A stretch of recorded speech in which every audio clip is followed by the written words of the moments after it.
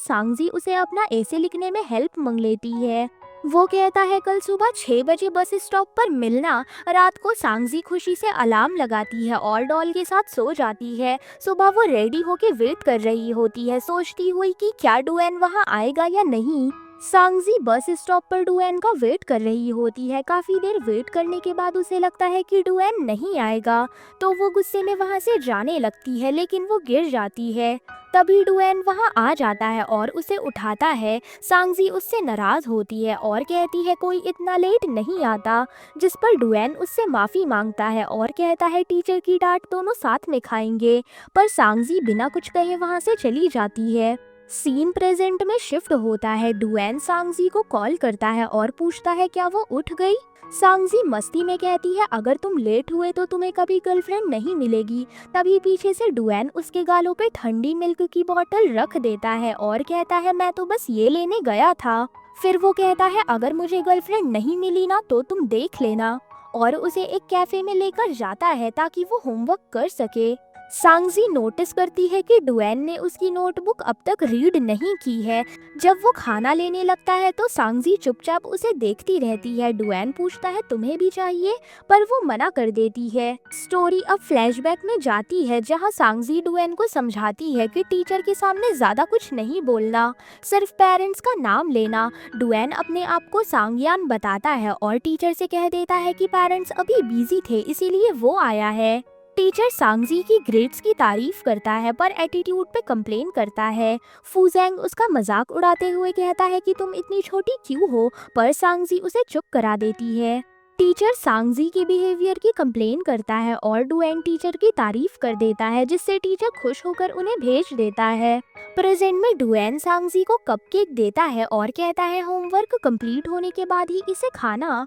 Homework करते वक्त वो मिल्क बॉटल उसके बैग में रख लेती है। सांगजी डुएन से पूछती है क्या तुम नानवू से हो। होमवर्क कंप्लीट होने के बाद वो उसे स्कूल छोड़ता है और उसके बैग में एक नोट छुपाकर चला जाता है। सांगजी नोट पढ़ती है जिसमें लिखा होता है कि डुएन ने उसके ऐसे को रीराइट किया है।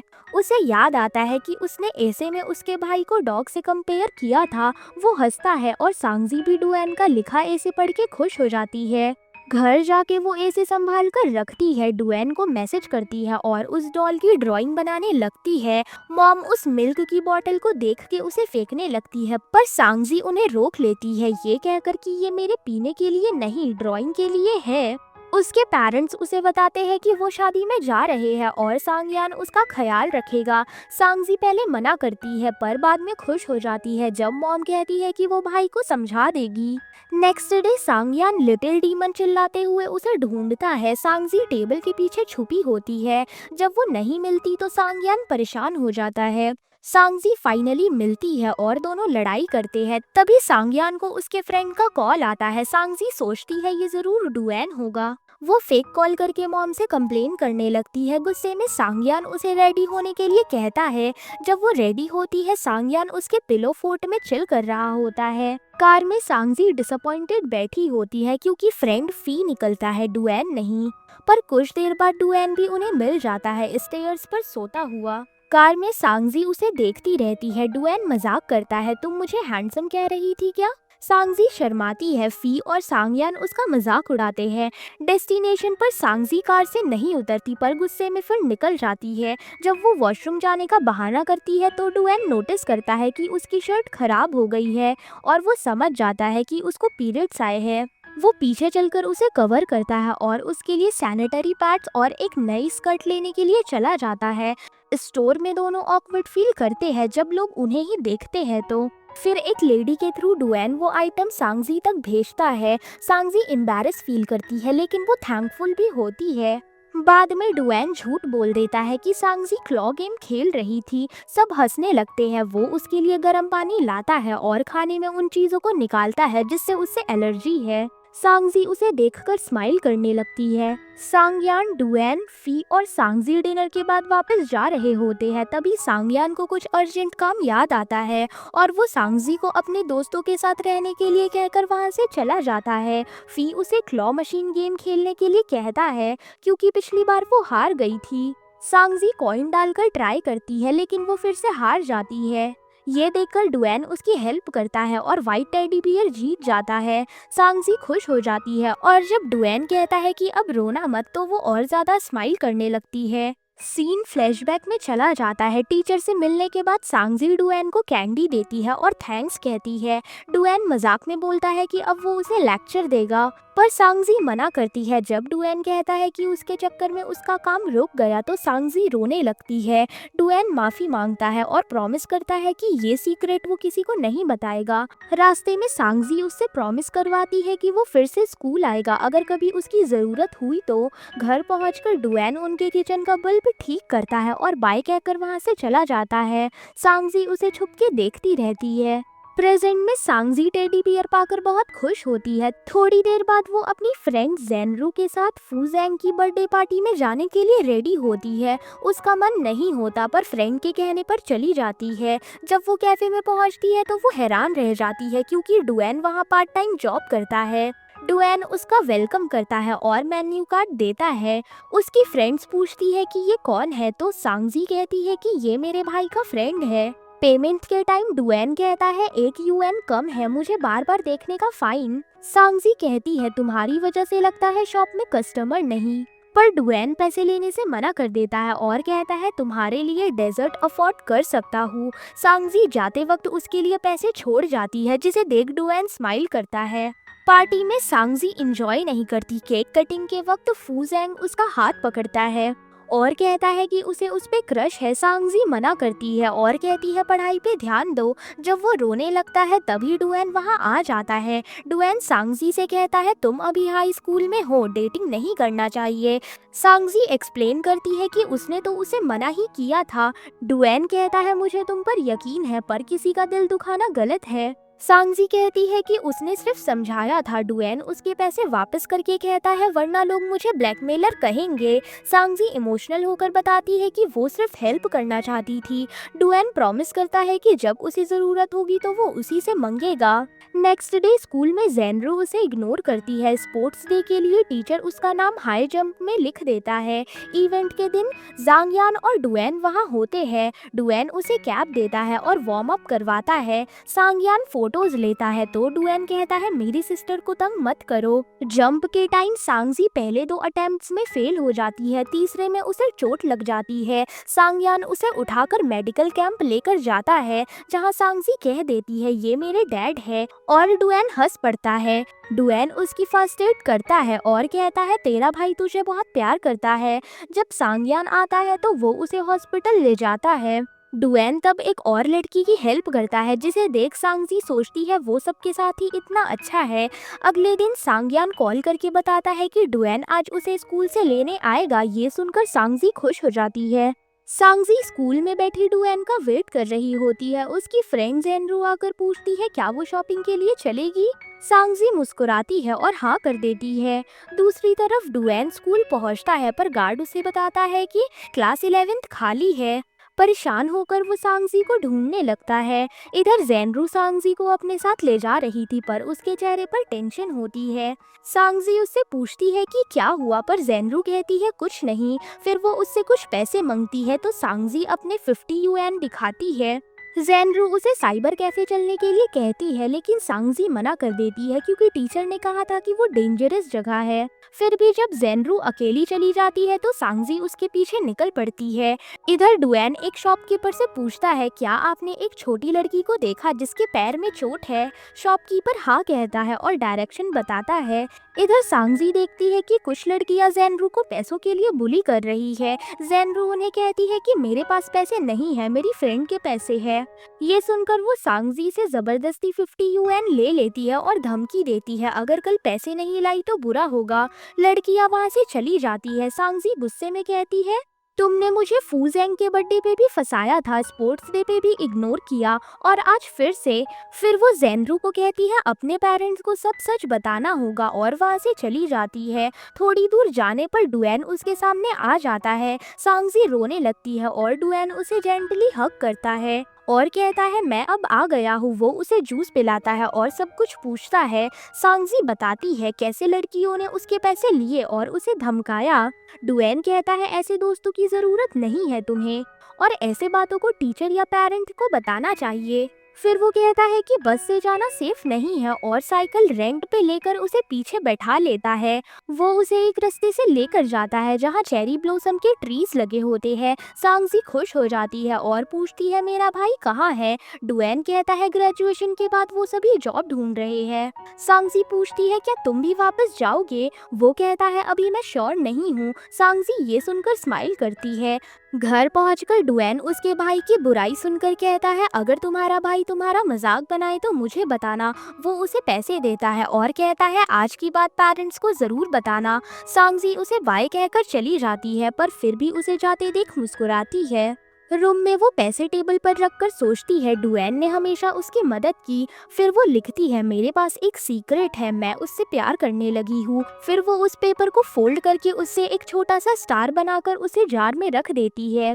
नेक्स्ट डे सांगयान अपने दोस्तों के साथ उससे मिलता है और उससे पूछता है किसने उसे बुली किया। सांगजी बताना नहीं चाहती थी पर डुएन उसका बैग ले लेता है और सांगयान उसे फोर्स से लेकर जाता है वो तीनों लड़कियों को ढूंढने के लिए। फिर सांगयान उन तीनों लड़की को समझाता है। डुएन गुस्से पे कंट्रोल रखता है और कहता है वॉयलेंस सोल्यूशन नहीं है। वो लड़कियां भी मान जाती है और वॉलेट वापस कर देती है। सांगयान मस्ती में कहता है मैंने बोला था मैं महीने में 10 मर्डर करता हूँ और फिर सब हंस पड़ते हैं। बाद में सांगजी लॉलीपॉप खा रही होती है। डुएन कहता है तुम पफर फिश लग रही हो तो वो हंसकर कहती है तुम दिखते होगे मैं नहीं। वो उससे कैंडी के लिए पैसे देती है और कहती है ये समझ लो तुम्हारे 20 UN है। डुएन उससे ले लेता है और सब वहाँ से चले जाते हैं। फ्लैशबैक में सांगजी सोचती है कि डुएन कितना अच्छा है और डिसाइड करती है कि बड़ी होकर वो उसी की तरह ही बनेगी। रात में वो बल्ब पे डुएन का ड्राइंग बनाती है और उसे लैंप में लगा लेती है। आज भी उसके रूम में वही बल्ब जल रहा होता है। अगली सुबह जेनरू के पेरेंट्स उसे ट्रांसफर कर ले जाते हैं। वो सांगजी के लिए नोट छोड़कर जाती है जिसमें लिखा होता है सॉरी।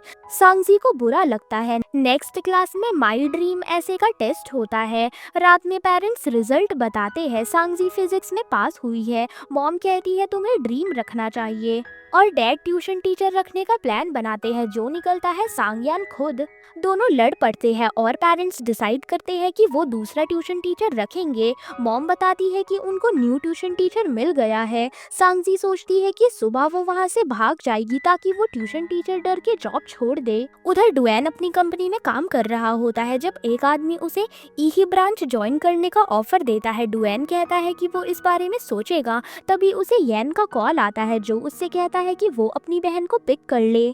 नेक्स्ट सीन में सांगजी उठकर ये चेक करती है कि कहीं उसका ट्यूशन टीचर तो नहीं आ गया। जब वो उसे नहीं दिखता तो वो खुश हो जाती है और अपने भाई सांगयान से कहती है कि टीचर लेट है मतलब बिल्कुल प्रोफेशनल नहीं है और मॉम से कंप्लेन करने को बोलती है। तभी वो देखती है कि किचन में जो नूडल्स बना रहा है वो सांगयान नहीं बल्कि डुएन है। उसे देखते ही वो चुप हो जाती है। सांगयान बताता है कि वही उसका ट्यूशन टीचर है और पूछता है इतनी देर तक क्यों सोई। डुएन कहता है कि जल्दी आओ वरना नूडल्स ठंडे हो जाएंगे। ब्रेकफास्ट के दौरान डुएन कहता है कि सांगयान उसे उठाने गया था पर वो उठी ही नहीं। सांगयान मजाक में कहता है कि अगली बार फायर क्रैकर्स लगा दूंगा। डुएन अपने बोल में से कुछ सांगजी को देता है जिसे देखकर वो ब्लश करती है। बाद में सांगजी अपनी बुक्स लेकर पढ़ने के लिए आती है पर दोनों भाई ट्यूटर गेम खेल रहे होते हैं। परेशान होकर वो सांगयान के सामने बैठ जाती है। दोनों कहते हैं कि थोड़ा रेस्ट कर लो पर सांगजी फ्रूट्स लाने जाती है और बड़ा सा वाटरमेलन लेकर आती है।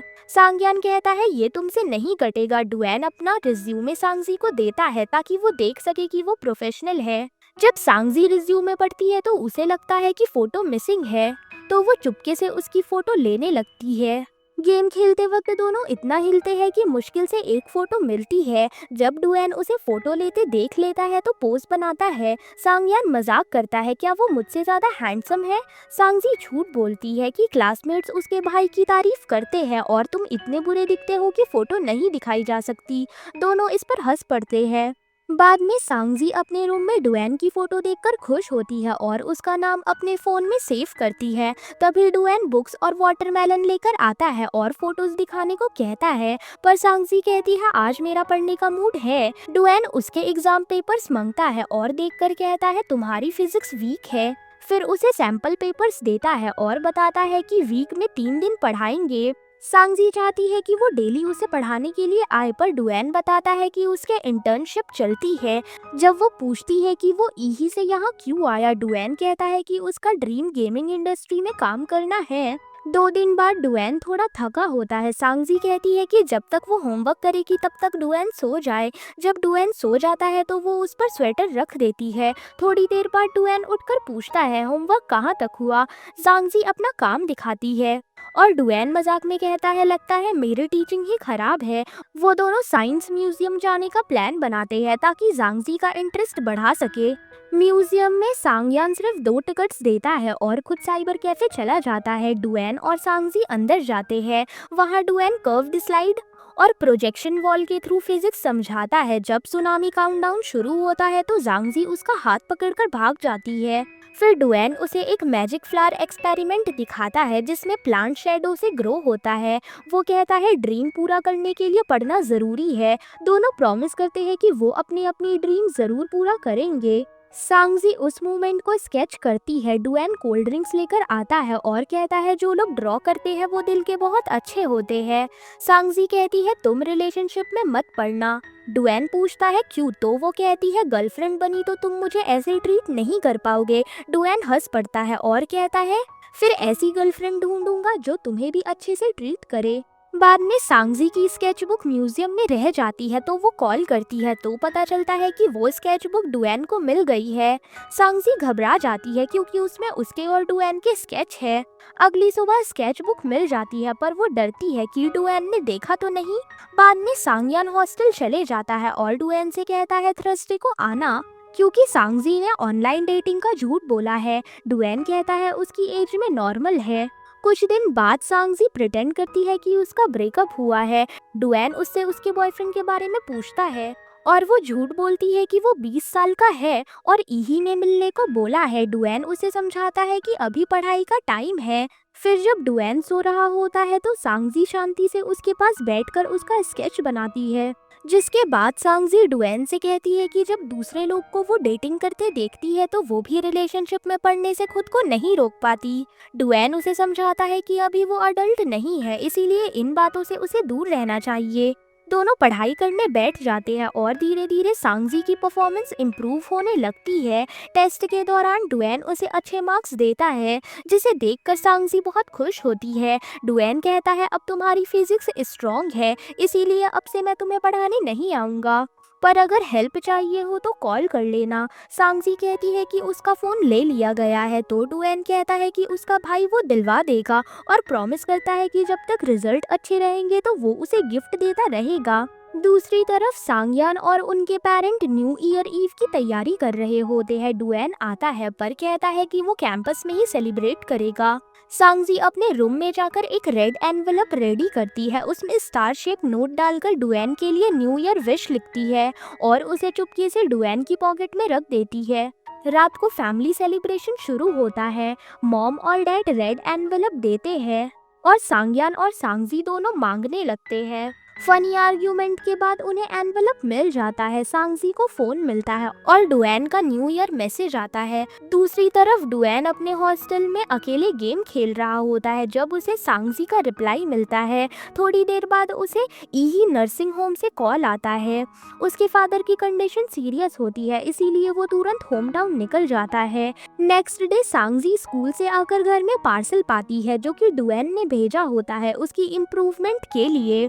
उसमें एक क्यूट डॉग सॉफ्ट टॉय था जो देखकर वो बहुत ज़्यादा खुश हो जाती है। जब वो पूछती है कि डुएन खुद क्यों नहीं आया तो सांगयान बताता है कि वो अपने होम टाउन गया है और ग्रेजुएशन सेरेमनी में ही वापस आएगा। सांगजी उदास हो जाती है क्योंकि डुएन बिना गुड बाय कहे ही चला गया। सीन फ्लैशबैक में जाता है। सांगजी डुएन से मिलने के बहाने घर बुलाने की प्लानिंग करती है पर उस दिन वो नहीं आ पाता जिससे सांगजी डिसअपॉइंट हो जाती है। प्रेजेंट में सांगजी डुएन को कॉल करती है और कहती है गिफ्ट वाला डॉग किसी के जैसे लगता है। डुएन मजाक में कहता है तुम्हारा भाई जैसे और दोनों हंस पड़ते हैं। सांगजी उसका एड्रेस मांगती है ताकि रिटर्न गिफ्ट भेज सके पर डुएन मना कर देता है। वो प्रॉमिस करता है ग्रेजुएशन सेरेमनी में आने का।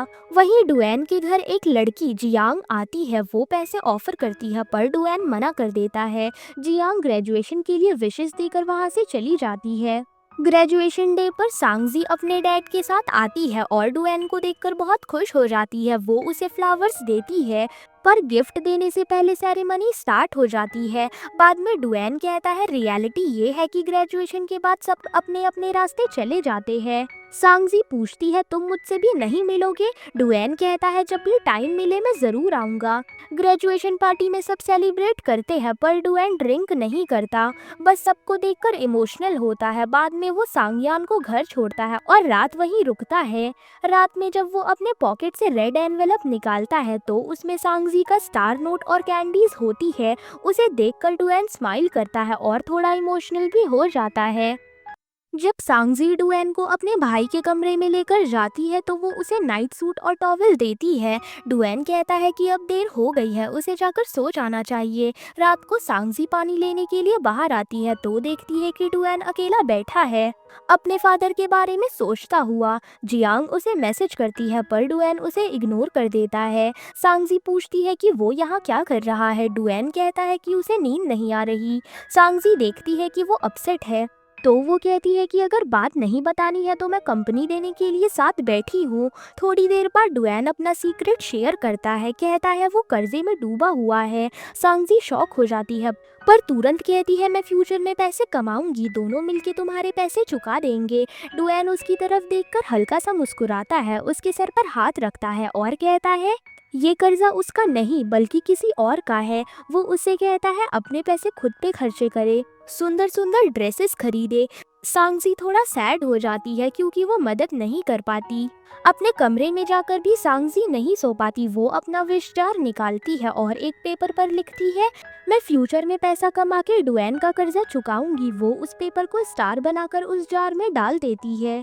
आधी रात में डुएन अपना सामान लेकर चुपके से घर छोड़ देता है। सांगजी आवाज सुनकर देखती है और उसे जाते हुए पकड़ लेती है। दोनों एक दूसरे को देखते हैं। डुएन उसे फोन चेक करने का सिग्नल देता है और वहां से चला जाता है। सांगजी उदास हो जाती है। जब वो फोन चेक करती है तो उसमें डुएन का मैसेज आता है और उस पर लिखा होता है कि मैं मॉर्निंग फ्लाइट से यही वापस जा रहा हूँ, अच्छे से पढ़ना। सांगजी रिप्लाई करती है अपना प्रॉमिस मत भूलना। डुएन सोचता है वो गिफ्ट्स की बात कर रही है।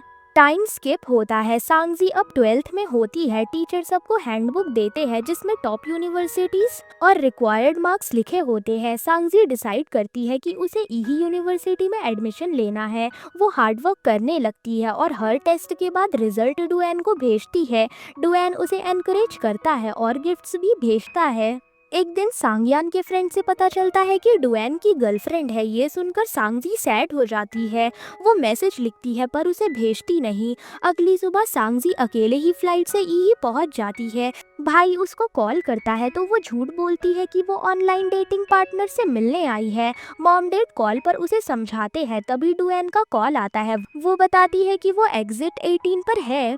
थोड़ी देर बाद डुएन आता है, उसके साथ एक लड़की भी होती है जिसे देखकर सांगजी सोचती है ये उसकी गर्लफ्रेंड है। डुएन उसे समझाता है कि अकेले आना गलत था, पर सांगजी उसकी बातें नहीं सुन रही होती। डुएन प्यार से उसे अपना कोट देता है। सांगजी कहती है वो मुझे छोड़कर गया क्योंकि मैं यंग हूँ। डुएन कहता है तुम्हें बड़े होने का वेट करना चाहिए था। सांगजी रोकर बोलती है तब तक तुम किसी और को गर्लफ्रेंड बना लोगे। डुएन उसे तसल्ली देता है कि उसे कोई और अच्छा लड़का मिलेगा। लंच करते वक्त डुएन थोड़ा सिक लगता है पर सांगजी उसे गिफ्ट देती है, वही टाई जो उसने पहनी होती है। डुएन कहता है उसे पसंद आया। जब वो सांगयान से बात करने के लिए साइड जाता है, सांगजी चुपके से कुछ पैसे उसके वॉलेट में डाल देती है। एयरपोर्ट पर डुएन उसे समझाता है कि पेरेंट्स की बात मानकर पढ़ना। सांगजी उसे टेडी बियर देती है और कहती है इसे तुम्हें सब हैप्पीनेस मिल जाएगी, और दोनों एक दूसरे को गुड बाय कहते हैं। घर पहुंचने पर भाई उसे बिना डांटे गले लगा लेता है। मॉम डैड नॉर्मल बिहेव करते हैं जैसे कुछ हुआ ही नहीं हो। सांगजी चुप रहती है पर अंदर से सोचती है उसका कोई ऑनलाइन पार्टनर था ही नहीं। वो तो बस डुएन से ये पूछने गई थी क्या उसे उनका प्रॉमिस अभी भी याद है। फिर जब सांगजी अपने रूम में जाकर डुएन की फॉक्स डॉल को देखती है तो वो उसे याद करने लगती है। दूसरी तरफ उसके पेरेंट्स और भाई डिसाइड करते हैं कि वो इस पूरी बात को इग्नोर करेंगे, जैसे कुछ हुआ ही ना हो। पर डैड कहते हैं कि अब वो सांगजी की ऑनलाइन एक्टिविटीज पर नजर रखेंगे। सांगजी अपने रूम में डुएन से जुड़ी सभी चीजें, लेटर्स, ड्राइंग और गिफ्ट्स एक बॉक्स में बंद कर देती है। वो अपने ईही यूनिवर्सिटी वाले ड्रीम पेपर को भी काट देती है और फॉक्स डॉल को भी उस बॉक्स में डाल देती है। सीन शिफ्ट होता है कुछ साल बाद का। अब सांगजी ई यूनिवर्सिटी में पढ़ रही होती है। उसने अपनी मिलिट्री ट्रेनिंग भी कंप्लीट कर ली है और उसके हॉस्टल में 3 क्लोज रूममेट्स है। निंगवे जो कि एक व्लॉगर है, और एक लड़की जो कि स्केटिंग लवर है, और दूसरी लड़की जो कि काफी पढ़ाकू है। उनके बीच एक फ्रेंडली बॉन्डिंग होता है। एक दिन मिंग नाम का लड़का जो कि स्पोर्ट्स डिपार्टमेंट से होता है उनके ग्रुप में इंट्रोड्यूस होता है। निंगवे उसे अपनी बर्थडे पार्टी में इनवाइट करती है और वो मान जाता है। नेक्स्ट डे पार्टी होती है जहां सब लोग एंजॉय कर रहे होते हैं। डुएन भी वहां अपने फ्रेंड्स के साथ आता है, पर सांगजी और वो दोनों एक दूसरे को नहीं देख पाते। उसके फ्रेंड्स उसे एक लड़की शू से इंट्रोड्यूस करवाते हैं और उनके बीच कॉफी प्लान कर देते हैं। पार्टी में सांगजी और मिंग बात कर रहे होते हैं जब निंगवे उसे डांस फ्लोर पे खींच लेती है। थोड़ी देर बाद वो फ्रेश होने बाहर जाती है और गलती से अपनी फ्रेंड का जैकेट पहन लेती है। तभी उस जैकेट से सिगरेट का पैकेट गिरता है और डुएन वहां आकर उसे सांगजी कहकर बुलाता है। वो उसे देखकर हैरान हो जाती है। डुएन पूछता है, क्या तुमने स्मोकिंग स्टार्ट कर दी? सांगजी कहती है, नहीं, ये मेरी फ्रेंड का जैकेट है। फिर वो पूछता है, क्या तुमने ड्रिंक किया? सांगजी कहती है, थोड़ा सा। डुएन थोड़ा सीरियस हो जाता है और कहता है, तुमने तो मुझे प्रॉपर्ली ग्रीट भी नहीं किया। फिर वो पूछता है, तुमने मुझे इग्नोर क्यों किया? इतने मैसेजेस और कॉल किए। सांगजी कहती है कि वो बिजी थी और एडमिशन लेना चाहती थी। जब डुएन उसे लिटिल किड कहता है तो वो मना करती है, पर डुएन कहता है, तुम मेरे लिए हमेशा छोटी रहोगी। डुएन कहता है कि वो उसे हॉस्टल छोड़ देगा, पर सांगजी कहती है कि वो फ्रेंड्स के साथ चली जाएगी। जाने से पहले डुएन उसके मेकअप की तारीफ करता है। बाद में वो दोनों कार में साथ जा रहे होते हैं। सांगजी कहती है अब वो बड़ी हो गई है। डुएन कहता है ठीक है, फिर बताता है कि अब वो एक गेम डेवलपर है और उसने टेल्स ऑफ एडवेंचर गेम बनाई है। दोनों बातें करते हुए कैंपस पहुंच जाते हैं। डुएन कहता है जब भी फ्री हो मेरे साथ खाना खाने आना। फिर उसे हनी वाटर पीने को कहता है और बताता है कि जब उसे पता चला कि सांगजी ईही में आने वाली है तो वो बहुत खुश हुआ था। दोनों गुड नाइट कहते हैं, पर सांगजी उसे जाते हुए देखती रह जाती है।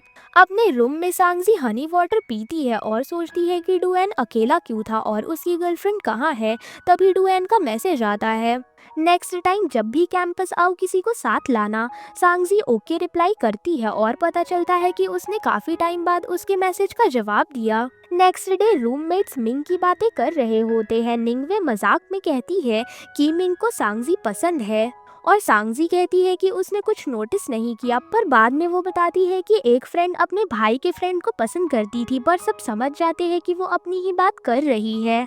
वो बताती है कि जब उस लड़के की गर्लफ्रेंड थी तो उसने गिव अप कर दिया था, पर अब दोबारा मिलने के बाद कंफ्यूज है कि वो क्या करे। उसकी फ्रेंड कहती है तो पक्का उसकी गर्लफ्रेंड होगी, जिसे सुनकर सांगजी का मूड ऑफ हो जाता है। फ्लैशबैक में दिखाया जाता है जब डुएन हनी लेने डिपार्टमेंटल स्टोर गया था, वही हनी जो उसने सांगजी को ड्रिंक करने को कहा था। अगले सीन में सांगजी अपने रूममेट्स के साथ होती है, तभी उसके डैड का कॉल आता है। वो कहते हैं कि डुएन ने नुआनवू में उसकी काफी हेल्प की थी और उसे काफी गिफ्ट्स भेजे थे, इसीलिए अब जब वो ईही में है सांगजी को उसे डिनर पर लेकर जाना चाहिए। इस बात के बाद सांगजी सोचती है कि शायद डुएन को इग्नोर करके उसने गलती किया, क्योंकि उसकी कोई गलती नहीं थी। सीन शिफ्ट होता है डुएन के ऑफिस में, जहां boss tale of adventure game की सक्सेस की तारीफ करती है। फिर टेक्निकल अपडेट्स पर डिस्कशन होता है। डुएन अपना प्लान बताता है एआई के थ्रू नॉन प्लेयर कैरेक्टर को इंटरैक्टिव बनाने का, ताकि प्लेयर्स का एक्सपीरियंस और इंगेजिंग हो। वो लाइव डेमो भी दिखाता है जहां एक नॉन प्लेयर कैरेक्टर के बिहेवियर के अकॉर्डिंग अपने रिस्पॉन्स चेंज करता है। सब इम्प्रेस्ड होते हैं, पर एक एम्प्लॉय कहती है कि इतने नॉन प्लेयर कैरेक्टर बनाना रिस्की होगा और उनके पास उतना टेक्निकल स्टाफ भी नहीं है। बॉस कहती है कि वो इस पर सोचकर फाइनल डिसीजन लेगी। फिर सांगजी डुएन को मैसेज करके डिनर पर इनवाइट करती है और डुएन खुश हो जाता है और नेक्स्ट वीकेंड मिलने के लिए कहता है। जब वो कॉल करता है सांगजी बताती है कि उसके डैड ने उसे डिनर पर ले जाने को कहा है और वो उसे इसीलिए फॉर्मल टोन में बात करती है क्योंकि वो उससे 5 साल बड़ा है। फोन कट करने से पहले सांगजी कहती है कि वो उसे अवॉइड नहीं कर रही थी, बस कैंपस रूल की वजह से फोन यूज नहीं कर पा रही थी। डुएन कहता है कि उसे पहले से पता था, जिसे सुनकर सांगजी कॉल कट कर देती है। नेक्स्ट डे सांगजी अपनी फ्रेंड के साथ कैंपस जा रही होती है जब मिंग उसे मिलता है। निंगवे अपने बॉयफ्रेंड शियांग के साथ आती है और बताती है कि वो दोनों डेटिंग कर रहे हैं। मिंग सांगजी को मूवी के लिए इनवाइट करता है पर वो कहती है कि उस संडे उसका प्लान है। फ्रेंड इंसिस्ट करते हैं तो वो सोचती है कि अगर डिनर ऑकवर्ड हुआ तो ये एक एक्सक्यूज रहेगा और हाँ कह देती है। दूसरी तरफ डुएन को जियांग एक पार्सल भेजती है और डिनर के लिए इनवाइट करती है पर वो इग्नोर करता है। अगले दिन डुएन उसे 8000 युएन भेजकर मैसेज करता है कि ये कंपनसेशन की लास्ट अमाउंट है और अब आगे कांटेक्ट ना करे। जियांग शॉक हो जाती है और कॉल करती है पर डुएन उसे इग्नोर कर देता है। ऑफिस मीटिंग में डुएन का प्रोजेक्ट अप्रूव हो जाता है पर खाना ना खाने की वजह से उसे पेट दर्द होने लगता है। दूसरी तरफ सांगजे डिनर के लिए वेट कर रही होती है पर डुएन कहता है कि वो नहीं आ सकता, शायद फूड पॉइजनिंग हो गई है। सांगजी उसे हॉस्पिटल जाने के लिए कहती है पर वो मना करता है। फिर भी सांगजी उसके ऑफिस पहुंच जाती है और उसे हॉस्पिटल ले जाती है।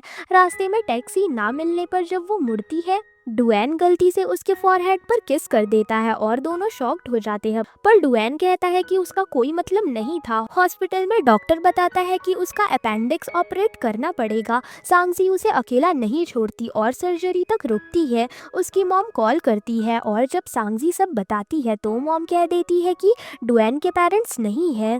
उसकी मॉम की डेथ के बाद से वो अकेला रहता है। सर्जरी के बाद डॉक्टर कहता है कि डुएन 1 वीक तक हॉस्पिटल में रहेगा। सांगजी उसका ख्याल रखती है पर डुएन उसे कैंपस जाने के लिए कहता है। सांगजी कहती है कि वो बच्ची नहीं है पर फाइनली मान जाती है और प्रॉमिस करती है कि कल वापस आएगी। डुएन सोचता है क्या वो किस के इंसिडेंट से अपसेट है। थोड़ी देर बाद सांगजी फिर आ जाती है। दोनों खाना शेयर करते हैं। डुएन उसे ब्रेड खाते देख के स्माइल करता है और सोचता है कि वो पफर फिश जैसे दिख रही है। सांगजी सोचती है उसके फेस पे कुछ लगा है, इसीलिए वो वॉशरूम जाकर टॉवेल लेकर आती है और डुएन का फेस जेंटली क्लीन करती है। तभी डुएन अपनी आंखें खोल लेता है और दोनों एक दूसरे को देखते रह जाते हैं। थोड़ा ऑकवर्ड मोमेंट होता है। फिर सांगजी वॉशरूम में चली जाती है और कहती है तुम्हें मुझे बताकर आंखें खोलनी चाहिए थी। बाहर आकर वो डुएन को रेस्ट करने के लिए कहती है और उसके पास अपना बेड लगा देती है। डुएन उसे थैंक यू बोलता है और कहता है कि उसकी वजह से उसे दिक्कत हो रही है। फिर अपना कोट उसके ऊपर रख देता है ताकि उसे ठंड ना लगे। रात को सांगजी फोन चलाते हुए अपनी फ्रेंड्स को मैसेज करती है कि वो एक रिलेटिव के साथ हॉस्पिटल में है। गलती से मिंग का वॉइस नोट प्ले हो जाता है जिसमें वो कहता है कि वो सिनेमा के बाहर उसका वेट कर रहा है। डुएन सब सुन लेता है और पूछता है क्या तुम अभी तक सोई नहीं। सांगजी उसे टीज करती है कि तुम सोने का नाटक करके मेरी बातें सुन रहे थे क्या। दोनों के बीच हल्का सा क्यूट नोकझोंक होता है। फिर डुएन उस वॉइस मैसेज वाले लड़के के बारे में पूछता है। सांगजी कहती है कि वो पूरी रात बात कर सकती है। डुएन मजाक में कहता है हमारी सांगजी तो कैंपस की पॉपुलर गर्ल है, जिसके जवाब में वो कहती है ऑफ कोर्स क्योंकि मैं प्रिटी हूँ।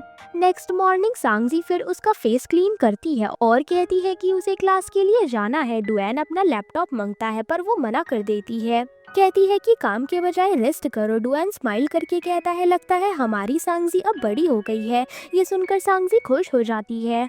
क्लास में उसके फ्रेंड्स उसके रिलेटिव के बारे में पूछते हैं। वो कहती है कि सब ठीक हो जाएगा। फिर मिंग मिलता है और पूछता है कि वो मूवी के लिए क्यों नहीं आई। सांगजी एक्सप्लेन करती है और दोनों अगले वीक मूवी प्लान करते हैं। डुएन अपनी बॉस से लैपटॉप मांगता है पर बॉस रेस्ट करने के लिए कहती है।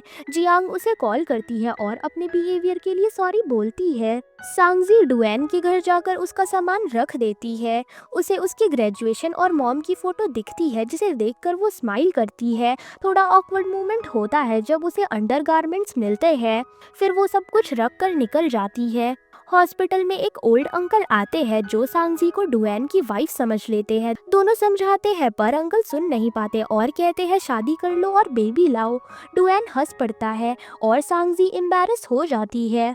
नेक्स्ट मॉर्निंग वो डुएन को डांटती है कि उसने रेस्ट नहीं किया। अंकल फिर मजाक करते हैं कि दोनों शादी के बाद भी ऐसे लड़ते रहेंगे।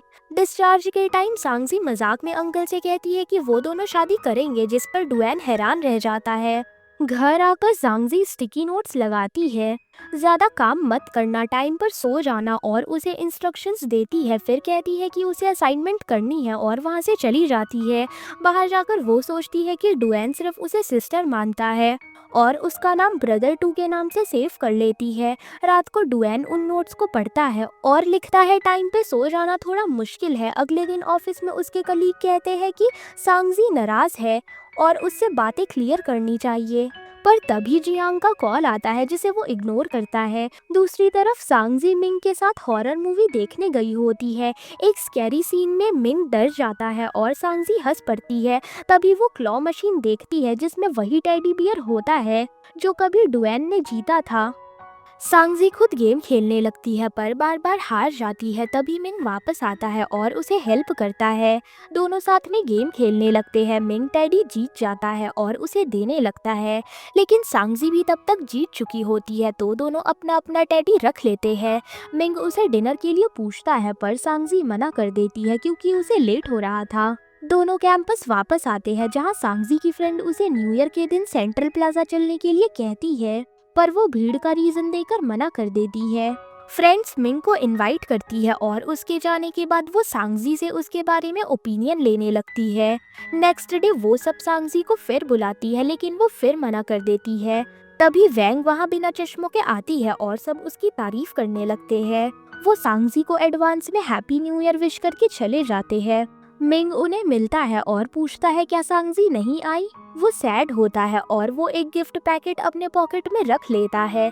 दूसरी तरफ सांगजी नूडल्स खा रही होती है कि तभी उसे डुएन का कॉल आता है और वो बताता है कि आज कंपनी में डिनर पार्टी है और सब अपनी अपनी फैमिलीज को ला सकते हैं और उसे डिनर पर चलने के लिए इनवाइट करता है। सांगजी मन में कहती है, मैं कौन सी तुम्हारी फैमिली हूँ, और मना कर देती है।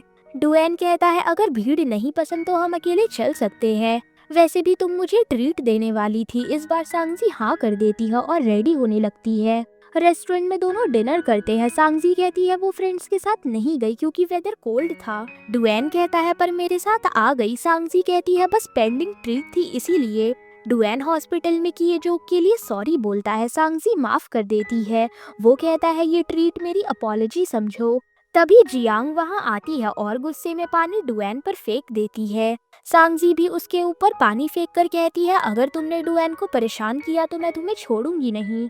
जियांग फिर आगे बढ़ती है पर डुएन उसे रोक लेता है और गार्ड्स आकर उसे बाहर ले जाते हैं। बाहर सांगजी डुएन का हाथ पकड़कर उसका फेस क्लीन करती है और पूछती है जियांग कौन है। डुएन बताता है कि उसके डैड ने उससे पैसे लिए थे। सांगजी कहती है तो उसे तुम्हें बुली नहीं करने देना चाहिए। फिर वो उसकी चोट पर ऑइंटमेंट लगाती है। तभी स्नोफॉल होने लगता है। सांगजी विश करती है कि हर बुरी चीज डुएन से दूर रहे और हमेशा कोई हो जो उसकी केयर करे, और डुएन भी विश करता है कि सांगजी हमेशा हैप्पी और हेल्दी रहे। दोनों स्माइल करते हुए स्नोफॉल एंजॉय करते हैं। बाद में डुएन घर आ जाता है जहां जियांग उसका वेट कर रही होती है। वो अपॉलजी मांगती है और कहती है उस पर उसका कर्ज है क्योंकि डुएन के डैड ने उसके डैड को मारा था। अब हम फ्लैशबैक में देखते हैं कि जियांग की मॉम ने डुएन और उसकी मॉम को घर से निकाल दिया था और उन्होंने माफी मांगी थी।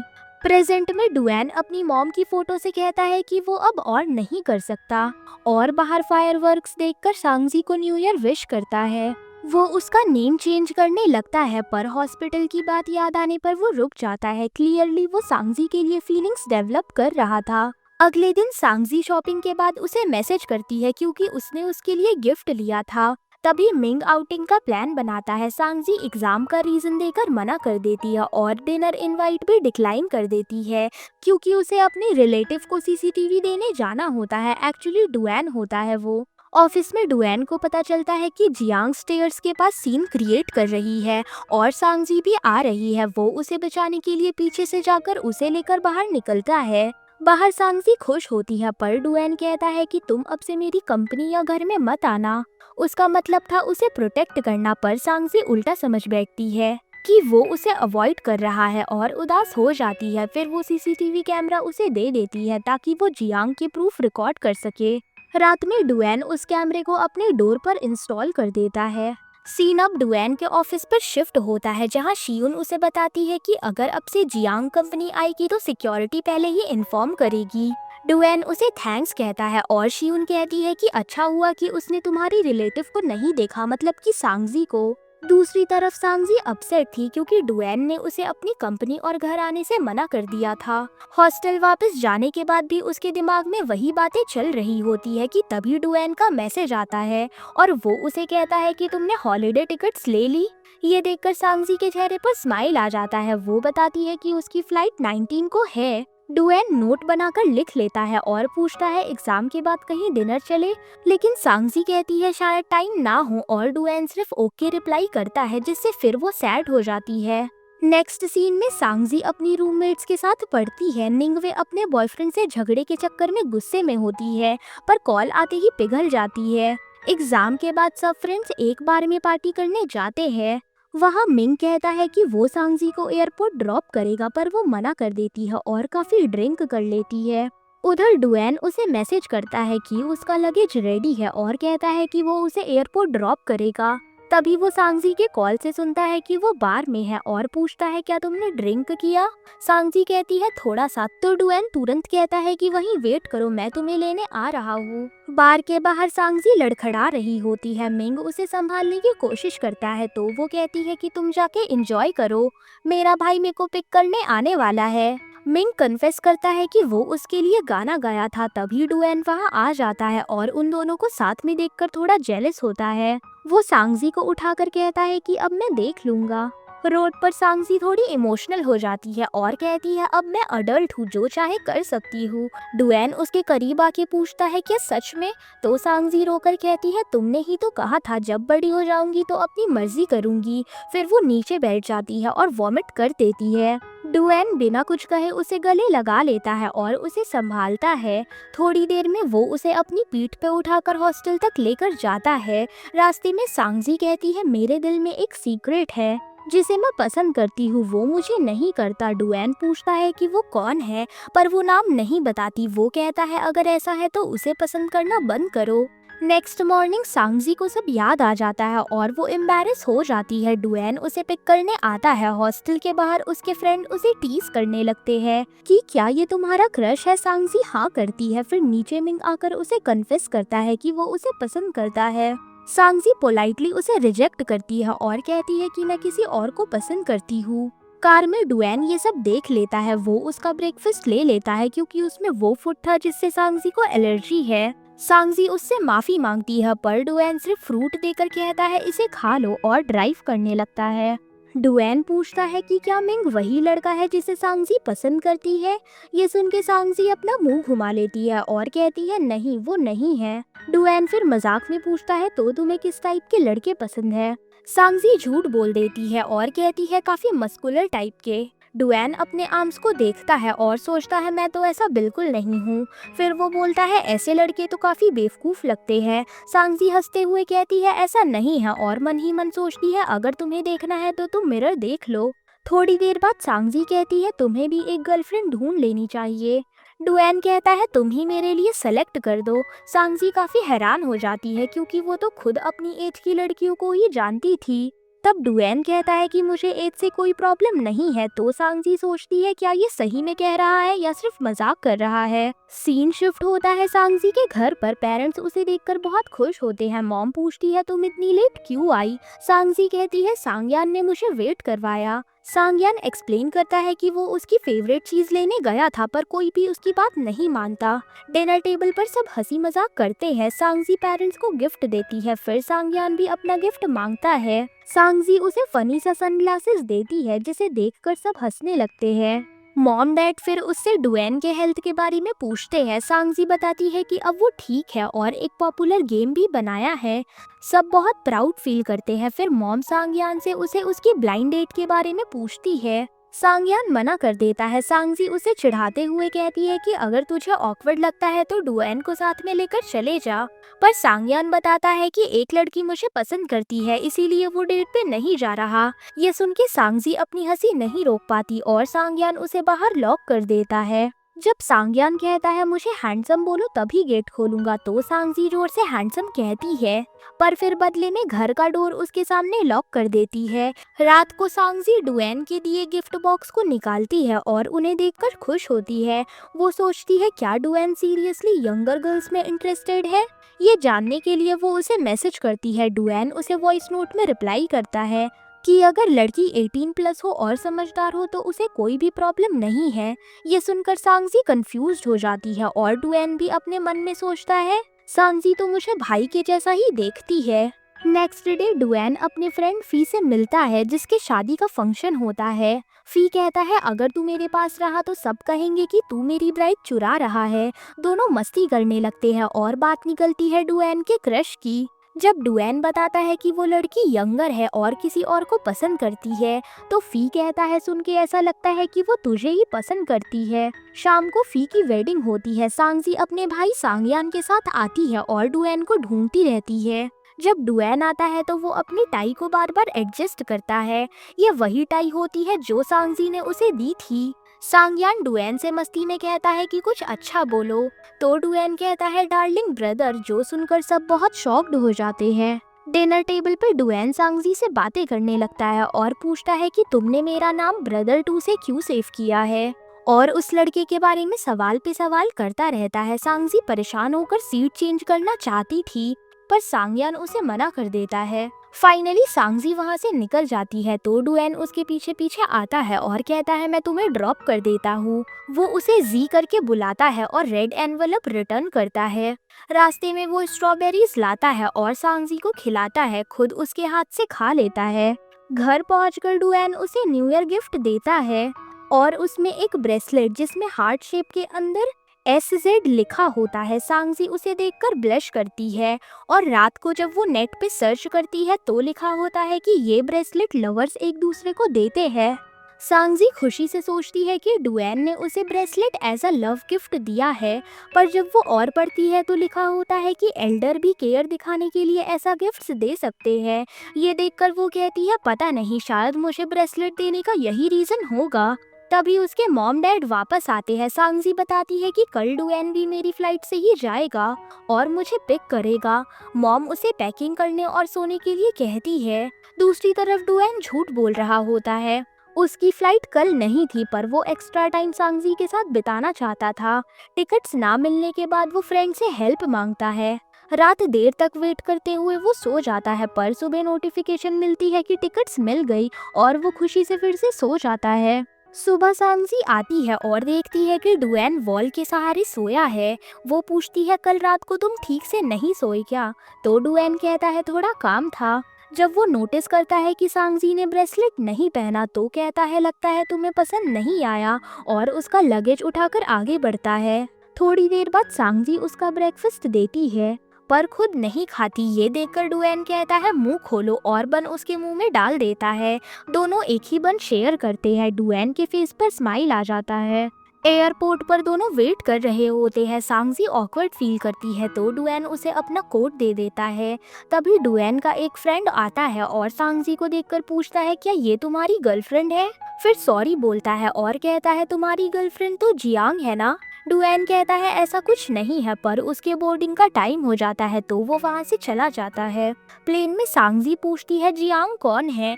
डुएन बताता है वो वही है जिसने रेस्टोरेंट पे हंगामा किया था, मेरा उससे कोई रिलेशन नहीं था। फिर कहता है मैंने प्रॉमिस किया था ना, जब मेरी गर्लफ्रेंड बनेगी तो सबसे पहले तुम्हें ही बताऊंगा। ये सुनकर सांगजी मन ही मन ब्लश करती है। ईही पहुंचने पर डुएन उसे कैंपस तक ड्रॉप करता है और बालकनी से सांगजी उसे बाय करती है और उसकी फ्रेंड निंगवे पूछती है कि ये लड़का कौन था। सांगजी बताती है उसका बिहेवियर अब बदल गया है, लगता है वो मुझे पसंद करने लगा है। निंगवे कहती है तो तुम उसे बता दो एज डिफरेंस से क्या होता है, पर सांगजी हेजिटेट फील करती है। डुएन भी फी को बताता है कि लगता है वो लड़की मुझे ही पसंद करती है। फी पूछता है क्या तुम श्योर हो, तो डुएन कहता है कि नहीं और पूछता है कि तुमने अपनी वाइफ को कैसे इम्प्रेस किया था। नेक्स्ट सीन में डुएन सांगजी को कॉल करता है। सांगजी कैफे में अपनी फ्रेंड्स के साथ होती है।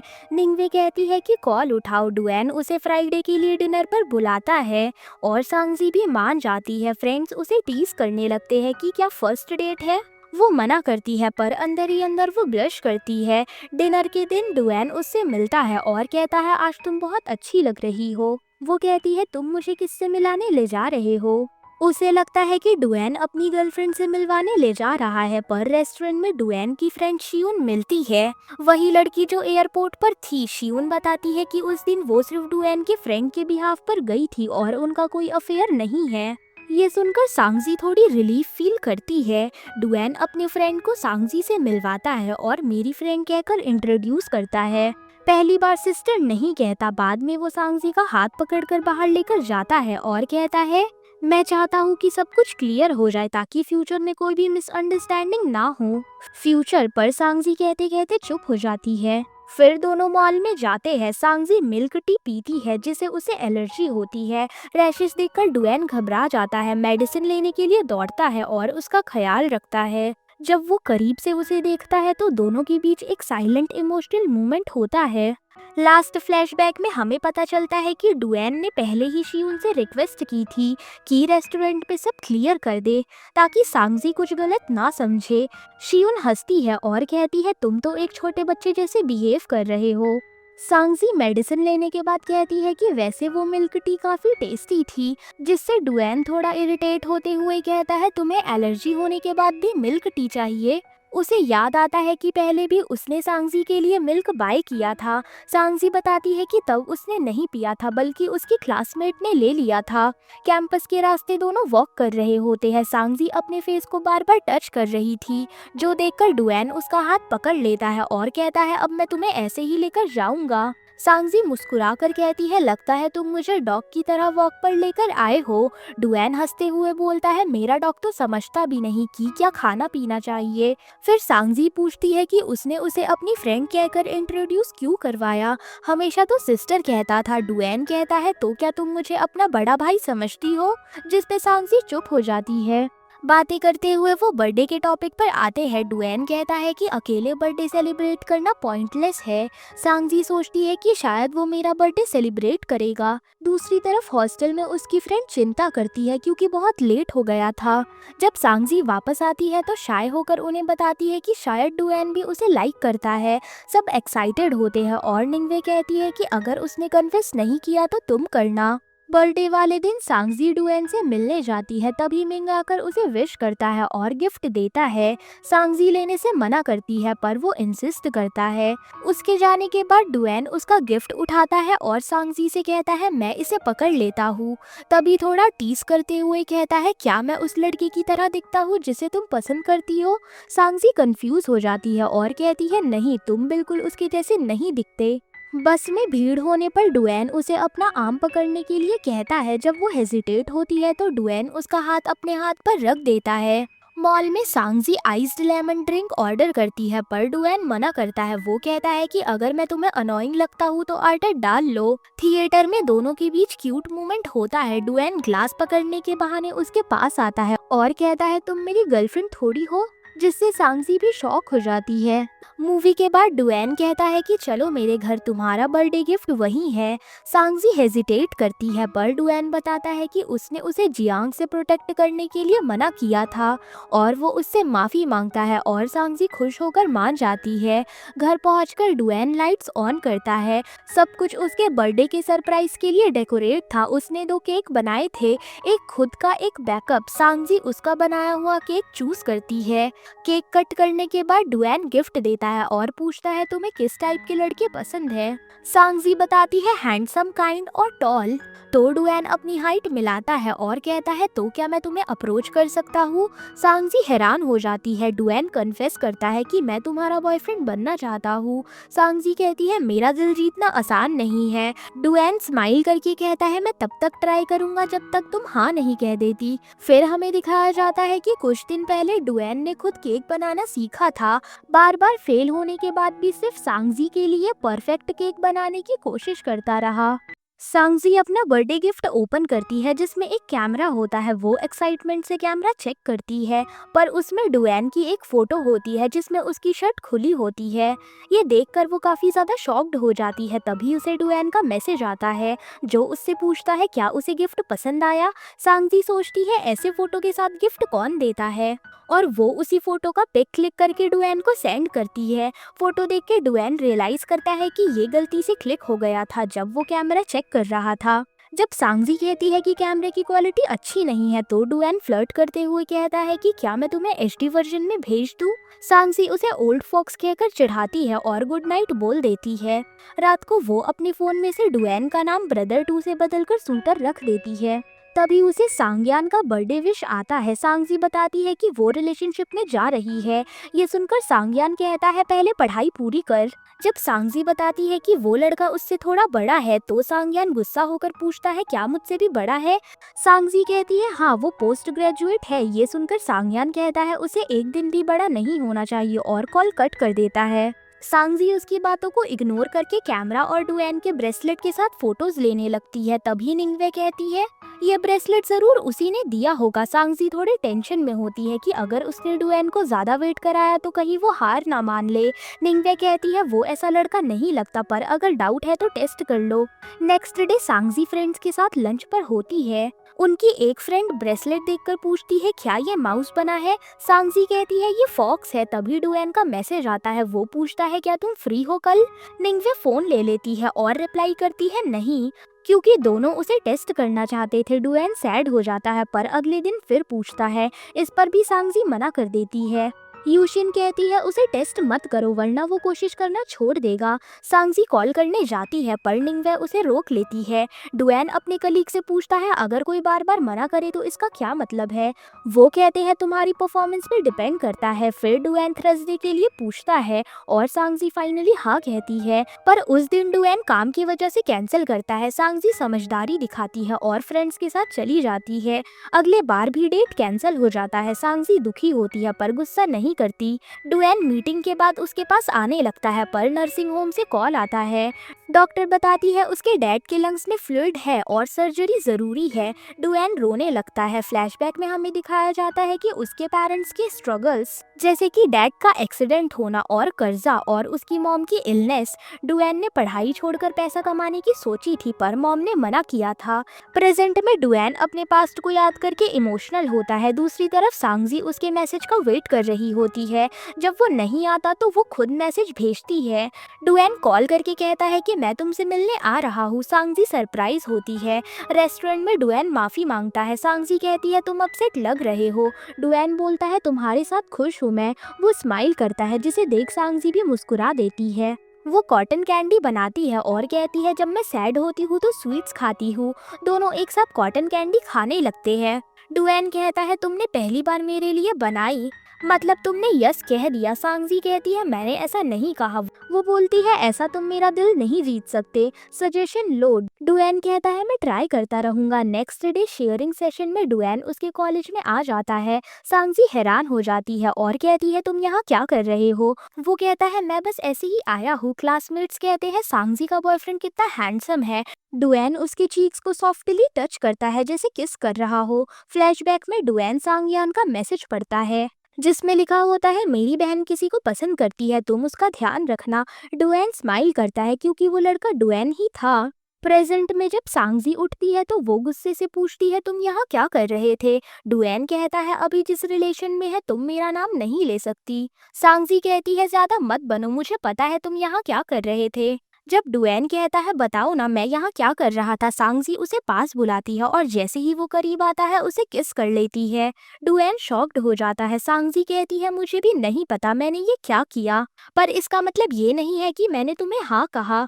डुएन मजाक में कहता है तो तुम मेरा एडवांटेज ले रही हो। सांगजी बोलती है अगर ऐसा फिर किया तो मैं भाई को बता दूंगी। डुएन कहता है ठीक है बता दो, वैसे भी कभी ना कभी तो बताना ही होगा। सांगजी शर्मा जाती है और कहती है मैंने हाँ नहीं कहा, मुझे मत देखो। पर डुएन उसे देखता ही रहता है। तभी उसका सीनियर सेशन के लिए आता है और डुएन वहीं रुक जाता है। सांगजी उसे देखकर स्माइल करती है। सेशन के बाद दोनों साथ चलते हैं। डुएन कहता है कैंपस में साथ चलने का मजा ही अलग है, जब मैं यहाँ था तो कोई भी साथ नहीं था। सांगजी कहती है आज मैं तुम्हारी कंपनी दूंगी। बास्केटबॉल कोर्ट में सांगजी की एक फ्रेंड होती है। एक प्लेयर गिर जाता है और उन्हें एक सब्स्टिट्यूट चाहिए होता है तो डुएन खेलने लगता है। उसका खेल देखकर सब बहुत इम्प्रेस हो जाते हैं, खासकर सांगजी। रात में गर्ल्स अपने समर ब्रेक प्लान्स डिस्कस करती है। निंगवे बॉयफ्रेंड के साथ ट्रिप प्लान करती है। यूशिन बोलती है कि वो इंटर्नशिप करेगी, वैंग भी काम करेगी। सांगजी कहती है शायद डुएन बिजी रहे इसीलिए मैं घर जाऊंगी। पर वो सोचती है इंटर्नशिप ट्राई करे। जब वो सांगयान से पूछती है तो वो कहता है तुम सिर्फ अपने पोस्ट ग्रेजुएट बॉयफ्रेंड के साथ टाइम बिताना चाहती हो। सांगजी समझाने की कोशिश करती है पर सांगयान मना कर देता है। वो वॉइस मैसेज में कहती है मैं यहाँ डेटिंग के लिए नहीं रुक रही। सांगयान कहता है मैं जेलस नहीं हूँ, मेरी भी गर्लफ्रेंड है। पर फिर भी उसे घर आने को कहता है। सांगजी धमकी देती है नहीं माने तो मॉम को बता दूंगी। बास्केटबॉल कोर्ट में वैंग मिंग का ख्याल रखती है और फ्रेंड समझ जाते हैं कि उसे उस पर क्रश है। उनकी हेल्प से वो उसका इंटरव्यू लेने का प्लान बनाती है। दूसरी तरफ सांगजी डुएन के बर्थडे पर सरप्राइज प्लान करती है। वो केक लेकर आती है और उसे विश करती है। डुएन कहता है मैं तो अपना बर्थडे भूल गया था। सांगजी मजाक में कहती है ओल्ड लोगों को सेलिब्रेट करना नहीं पसंद। डुएन बोलता है इसीलिए मैं चाहता हूँ तुम 27 से पहले मुझसे शादी करो। सांगजी शर्मा जाती है। रेस्टोरेंट में सांगजी उसके लिए स्पेशल डिश बनाती है अपनी मॉम की रेसिपी से। डुएन उसकी वीडियो बनाता है और टेस्ट करते ही आंसू आ जाते हैं। पर फिर भी उसकी तारीफ करता है। केक कट करते वक्त वो कहता है सिर्फ एक विश मांगू। सांगजी पूछती है क्या विश मांगी। डुएन बोलता है तुम जानती हो। तब सांगजी कहती है तुम्हारी विश पूरी करना आसान है तो मेरा जवाब हाँ होगा। डुएन खुशी से कहता है अब तुम मेरी गर्लफ्रेंड हो। वो शर्मा कर कहती है हाँ क्योंकि मैं हर बर्थडे तुम्हारे साथ मनाऊंगी। डुएन उसे किस करता है और कहता है मुझे छोड़कर कभी मत जाना। बीच पर दोनों रोमांटिक टाइम स्पेंड करते हैं। डुएन अपनी फैमिली की कहानी बताता है कि उसकी मॉम की डेथ हो गई है और पापा कोमा में है। सांगजी उसे कंफर्ट करती है। अगले दिन डुएन उसे लंच पे बुलाता है और जब पावर कट होता है तो उसे अपने घर पढ़ने के लिए ले जाता है। वहाँ वो कहता है कि मैं तुम्हें ही ऐसे देखता रहूंगा और सांगजी शर्मा कर अपनी आंखें बंद कर लेती है। सांगजी डुएन के बिल्कुल क्लोज आती है और कहती है अब तुमने मुझे देख लिया ना तो अब यहाँ से जाओ वरना मैं फोकस नहीं कर पाऊंगी। लेकिन डुएन उसे अपने पास खींचकर गले लगा लेता है और कहता है मैं बस यहीं चुपचाप बैठूंगा। सांगजी मना करती है तो वो बोलता है तुम काफी क्रूअल गर्लफ्रेंड हो और उसे पढ़ने बैठा देता है। फिर पूछता है लंच में क्या बनाऊं। सांगजी कहती है तुम्हारे हाथ का कुछ भी।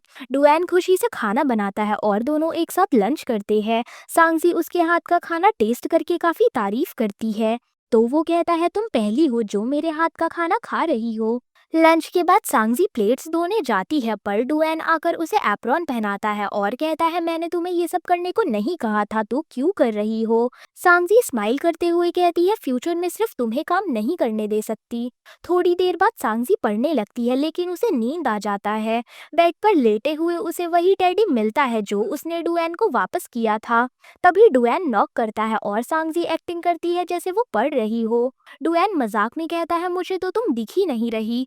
और जब वो पीछे देखती है तो हंसते हुए पूछता है तुम यहाँ क्या कर रही हो। जब वो उठती है तो डुएन उसे बेड पर लेटा देता है और पूछता है क्या इतना एक्साइटमेंट काफी है। सांगजी नर्वस हो जाती है। जब डुएन उसके क्लोज आता है तो सांगजी उसे दूर करती है और कहती है इतना क्लोज मत आया करो, मुझे नर्वसनेस होती है। डुएन सॉफ्टली कहता है मैं ऐसा नहीं करूंगा और उसे ब्लैंकेट से कवर करके रूम से चला जाता है। रात को जब वो कैंपस छोड़ने जा रहा होता है तो सांगजी उसे कैंडी देती है। डुएन उसका हाथ पकड़कर कहता है कि मैं तुम्हारा हाथ पकड़ लूं। सांगजी हाँ करती है और दोनों एक दूसरे का हाथ पकड़कर चलते हैं। जब सांगजी पूछती है हाथ पकड़ने के लिए परमिशन कौन मांगता है तो डुएन कहता है जब बिना पूछे किस किया था तब तुम नाराज हुई थी ना। सांगजी कहती है मैं नाराज नहीं थी, बस नर्वस थी और मैं तुम्हें बहुत पसंद करती हूँ। डुएन उसके फोरहेड पर किस करता है और कहता है मैं भी तुम्हें उतना ही पसंद करता हूँ। अगले दिन डुएन का फ्रेंड फी कॉल करता है और बताता है कि वो नेक्स्ट वीक आ रहा है। बातें करते हुए फी समझ जाता है कि वो लड़की सांगजी ही है। डुएन कहता है मैं सांगयान को पर्सनली बताऊंगा। दूसरी तरफ सांगजी और निंगवे की बात होती है जहां सांगजी कन्फेस करती है कि जब डुएन उसके क्लोज आता है तो वो नर्वस होती है। निंगवे उसे सजेस्ट करती है कि नेक्स्ट टाइम वो इनिशिएटिव ले। वीकेंड पे दोनों स्केटिंग डेट पर जाते हैं। सांगजी कहती है कि मैं तुम्हें किस करने वाली हूँ। ये सुनकर डुएन शॉक होता है। थोड़ा चेज होता है फिर सांगजी उसे हक करके किस कर लेती है। दोनों एक दूसरे को दोबारा किस करते हैं और खुश होते हैं। अगले दिन सांगजी इंटरव्यू कॉल के बाद बहुत हैप्पी होती है और अपनी फ्रेंड्स को बताती है कि वो इंटर्नशिप के लिए सेलेक्ट हो गई है। सब उसके लिए बहुत खुश होते हैं लेकिन वो पार्टी स्किप करके चली जाती है। रात को वैंग निंग का इंटरव्यू एडिट कर रही होती है, तभी निंगवे उससे पूछती है कि क्या उनके बीच कुछ प्रोग्रेस हुई। पर वैंग बहुत ज्यादा सैड हो जाती है। दूसरी तरफ डुएन अपने ऑफिस में प्रोजेक्ट डिस्कस कर रहा होता है कि तभी शियून को दर्द होने लगता है और उसे हॉस्पिटल लेकर जाया जाता है और शियून अपना काम डुएन को देके चली जाती है। नेक्स्ट मॉर्निंग निंगवे अपने बॉयफ्रेंड के साथ ट्रिप के लिए रेडी होती है और सांगजी फॉर्मल आउटफिट में इंटर्नशिप के लिए। निंगवे मजाक में कहती है कि तुम यहाँ अपने भाई के क्लोज रहने के लिए आई हो, पर सांगजी कहती है कि वो सच में इंटर्नशिप करना चाहती है। इतने में सांगयान का कॉल आता है। वो गुस्सा होता है और कहता है कि अगर इस बार चीट हुई तो मेरे पास मत आना। ये सुनकर सांगजी हर्ट होती है और फाइनली उसे मैसेज करके बता देती है कि उसका बॉयफ्रेंड डुएन है, पर सांगयान उसे ब्लॉक कर देता है। ऑफिस में सांगजी अपने को इंटर्न वांगजी के साथ काम स्टार्ट करती है। बॉस शी उसे पहचान लेती है, वही लड़की जिसने रेस्टोरेंट में जियांग पे पानी फेंका था। शी उसे सिर्फ छोटे काम देती है जैसे कॉपी करना और टी बनाना। प्रिंटर यूज ना कर पाने पे सांगजी हेल्प लेती है। शाम को सांगजी अपने मॉम डैड से फोन पर बात कर रही होती है कि तभी डुएन आकर उसे सनफ्लावर गिफ्ट करता है और कहता है ये तुम्हारे लिए ताकि तुम्हारा काम हमेशा ब्राइट रहे। डिनर पर सांगजी अपने फर्स्ट डे के बारे में बताती है और डुएन कहता है कि वो बिल्कुल उसके डैड के जैसे बात कर रहा है। डुएन उसे एक क्यूट सॉफ्ट टॉय गिफ्ट करता है और कहता है स्ट्रेस में इसे मार लेना। सांगजी मजाक में उस टॉय को सांगयान बोलकर पीटने लगती है जिससे दोनों हंसने लगते हैं। अगले दिन ऑफिस में शी उसे एक्स्ट्रा काम करवाती है जबकि दूसरा इंटर्न ट्रीट एंजॉय करता है। डुएन का उसे कॉल आता है पर बॉस देख लेती है और डांट देती है। रात को डुएन के लिए सांगजी फूड ऑर्डर करती है पर वो उसे छुपा लेता है ताकि कलीग्स को पता ना चले। दोनों कॉल पर बातें करते हैं और डुएन समझ जाता है कि वो अभी तक ऑफिस में ही है। थोड़ी देर बाद डुएन उसे लेने आता है। दोनों एक इमोशनल मोमेंट शेयर करते हैं जहां सांगजी कहती है कि तुम्हें देखकर थकान चली जाती है। डुएन मजाक में कहता है कि अब मुझे भी चार्ज करो और वो उसे टाइटली हग करती है। तभी दोनों को अपने अपने काम का मैसेज आता है और वो हाथ पकड़कर चलते हैं। नेक्स्ट मॉर्निंग सांगजी देखती है कि डुएन उसके ऑफिस के बाहर कार में सो रहा है। वो उसे ब्रेकफास्ट देता है और ड्रॉप करता है। जाने से पहले सांगजी उसे किस करती है जो शी देख लेती है। फिर शी जियांग को कॉल करके कहती है कि जो लड़की ने तुम पर पानी फेंका था अब वो डुएन के साथ है। जियांग जेलस होती है। रात को ऑफिस डिनर पे सांगजी बोर हो रही होती है तो डुएन उसे एक्सक्यूज बना के निकलने को कहता है। जैसे ही वो जाने लगती है तो डोर पे जियांग आ जाती है। सांगजी उसे इग्नोर करके जाने लगती है पर जियांग उसे रोक लेती है और कहती है कि डुएन के डैड पर हर साल 1 लाख युएन का खर्चा आता है। कोई भी लड़की ऐसे आदमी पर अपना पैसा और टाइम वेस्ट नहीं करेगी। वो चाहती थी कि सांगजी डुएन से दूर हो जाए लेकिन सांगजी कहती है कि वो अपना टाइम और मनी उस पर स्पेंड करने के लिए रेडी है। जियांग कहती है कि डुएन तुम्हें यूज करके छोड़ देगा पर सांगजी उसकी बात पर यकीन नहीं करती। तब जियांग उससे कहती है कि डुएन के डैड ने मेरे डैड को मारा था और तुम्हारी फैमिली कभी ऐसे लड़के को एक्सेप्ट नहीं करेगी। सांगजी कहती है कि उस क्राइम से डुएन का कोई भी लेना देना नहीं है और वो जियांग से कहती है कि अपना दुख डुएन पे मत निकालो। ये कहकर वो वहाँ से चली जाती है। बाद में सांगजी अकेले बैठकर सोच रही होती है कि तभी डुएन वहाँ आता है। वो उसके चेहरे से समझ जाता है कि वो अपसेट है पर सांगजी उसे कुछ भी नहीं बताती। डुएन उसे बियर शेप का बन देता है जो उसे बहुत ज्यादा पसंद आता है। फिर सांगजी अपना एटीएम कार्ड उसे देती है और कहती है कि इसमें 5000 युएन है। इंटर्नशिप के बाद और हो जाएंगे। डुएन हंसते हुए कहता है कि अब मेरी सांगजी बड़ी हो गई है। वो अपना पर्स उसे देता है और कहता है कि इसका पासवर्ड तुम्हारा बर्थडे है, अब ये तुम्हारा कार्ड है। सांगजी पर्स वापस करके कहती है कि इन पैसे से हम एक घर खरीदेंगे। डुएन कहता है अब तुम मेरी सेविंग्स हैंडल करोगी। सांगजी मुस्कुराकर उसके शोल्डर पर अपना सर रख लेती है। नेक्स्ट डे ऑफिस में सांगजी बिजी होती है जब एक एम्प्लॉय उसके लिए लंच लाता है। उसने कुछ ऑर्डर नहीं किया होता है लेकिन वो समझ जाती है कि ये डुएन ने भेजा है। काम के बाद डुएन उसे कैंपस ड्रॉप करने आता है। सांगजी कहती है तुम इतना काम करते हो फिर भी मुझे छोड़ने आते हो, तुम थक जाते होगे। डुएन कहता है तुम मेरे घर आ जाओ। तभी सांगजी की मॉम का कॉल आता है। वो कहती है कि बस रूम के पास ही हूँ और कॉल कट कर देती है। डुएन कहता है तुम्हारी सेफ्टी के लिए ही तो मैं तुम्हें डेली पिक ड्रॉप करता हूँ। सांगजी उसे गले लगा लेती है। तभी सांगयान का कॉल आता है। वो कहता है कैंपस में एक लड़की किसी लड़की का हाथ पकड़ के घूम रही है, कहीं वो तुम तो नहीं। इतना कहकर वो सामने आ जाता है। वो गुस्से में कहता है तो ये तुम्हारा पोस्ट ग्रेजुएट बॉयफ्रेंड है। सांगजी कुछ नहीं कह पाती। सांगयान उसे खींचकर ले जाने लगता है पर सांगजी डुएन को छोड़कर नहीं जाती। डुएन कहता है मैंने ही पहले अप्रोच किया था। बाद में सांगयान डुएन पे गुस्सा निकालता है और उसे पंच मार देता है। डुएन कहता है मैं सांगजी से सच में बहुत प्यार करता हूँ। सांगयान उसे दोबारा मारने लगता है। डुएन उसे शांत कराते हुए कहता है मार लो, तुम्हें जितना गुस्सा निकालना है निकाल लो। कुछ देर बाद दोनों शांत हो जाते हैं। रात में डुएन का चेहरा चोट से भर जाता है। सांगजी वीडियो कॉल करती है पर वो झूठ बोलता है कि कपड़े नहीं पहने। नेक्स्ट डे सांगजी उसका मास्क हटा के चोट देखती है और समझ जाती है कि सांगयान ने उसे मारा है। वो रेस्टोरेंट जाकर सांगयान पे चिल्लाती है और कहती है कि तुमने हाथ कैसे उठाए, और गुस्से में कहती है कि अब से हमारा सब रिश्ता खत्म। बाद में डुएन दोनों को शांत कराने की कोशिश करता है। डिनर पर सांगयान और सांगजी फिर बहस करते हैं पर जब डुएन कहता है मैंने पहले मारा था तो सांगजी दोनों पर ही गुस्सा होती है। फिर वो डुएन की चोट पे केयर करती है तो सांगयान जेलस हो जाता है और कहता है मेरी बहन तो मुझे देखती भी नहीं।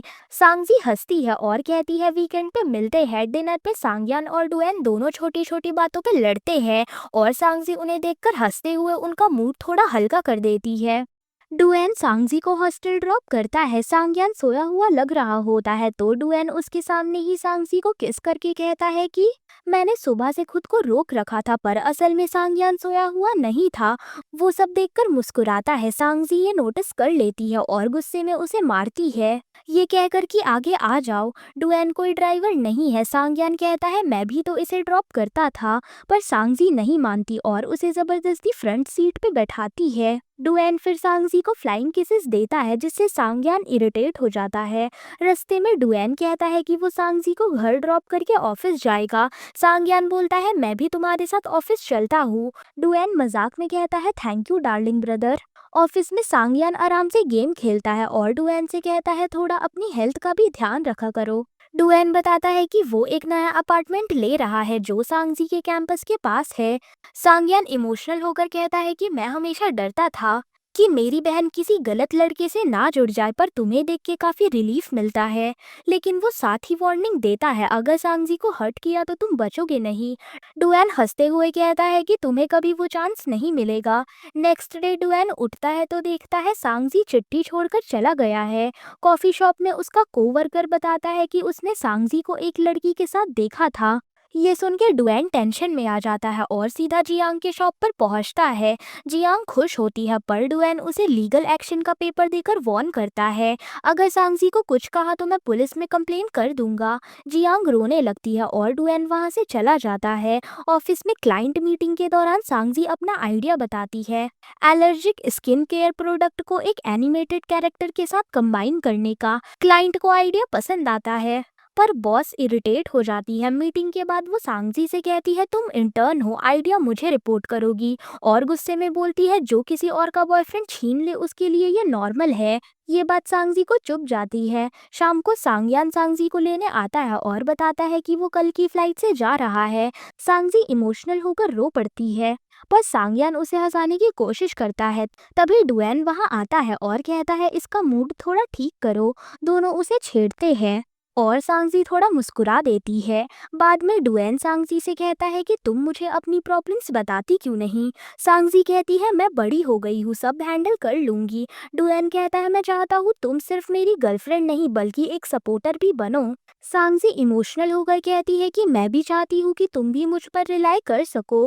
डुएन उसके फॉरहेड पर किस करता है और दोनों एक प्रॉमिस करते हैं कि अब से सारी बातें शेयर करेंगे।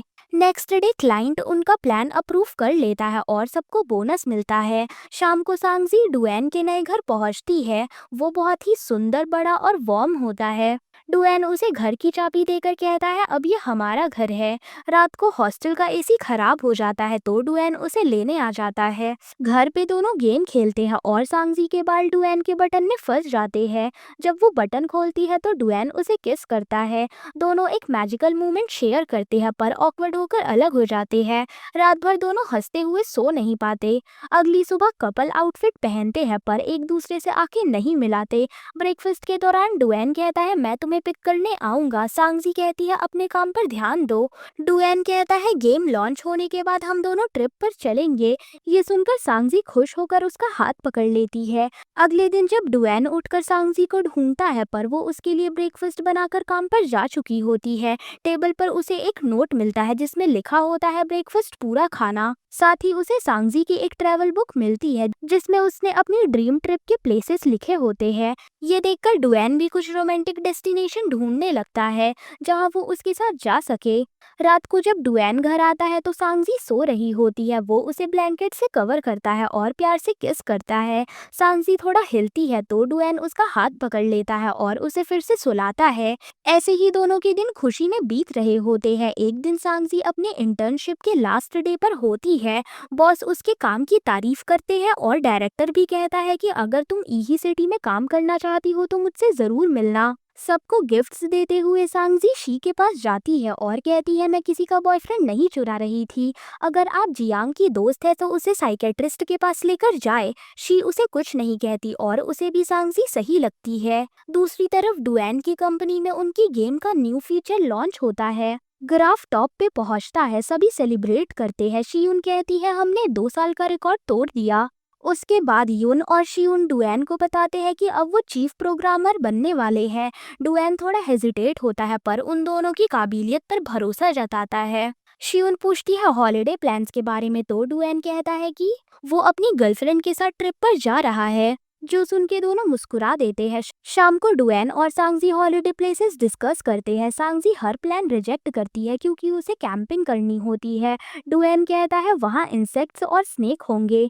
सांगजी इंसिस्ट करती है और कहती है हम सनसेट देखेंगे, स्टार्स के नीचे सोएंगे, ये ज्यादा रोमांटिक होगा। फाइनली डुएन मान जाता है और सांगजी एक्साइटेड होकर पैकिंग करने लगती है। नेक्स्ट मॉर्निंग हैवी रेन हो जाती है और उनका प्लान कैंसिल होता है।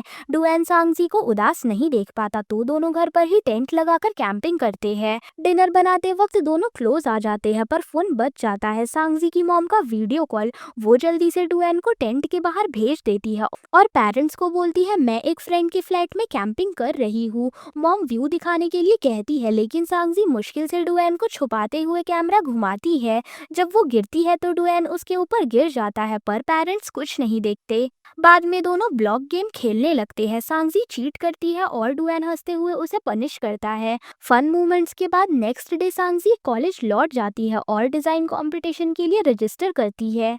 दूसरी तरफ वैंग मिंग को फीलिंग्स बताती है और कहती है मैं जब से तुमसे पहली बार मिली थी तब से ही तुम्हें पसंद करती हूँ, और बिना जवाब लिए ही चली जाती है।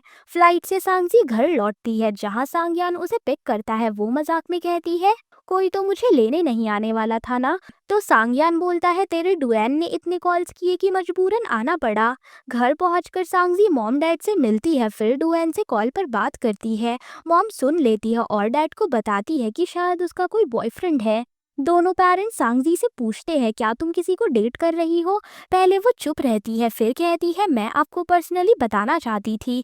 डैड कहते हैं ग्रेजुएशन के बाद बात करेंगे। उधर डुएन नानवू जाने के लिए तैयारी करता है। सांगयान डिनर प्लान बनाता है और सांगजी से मजाक करता है।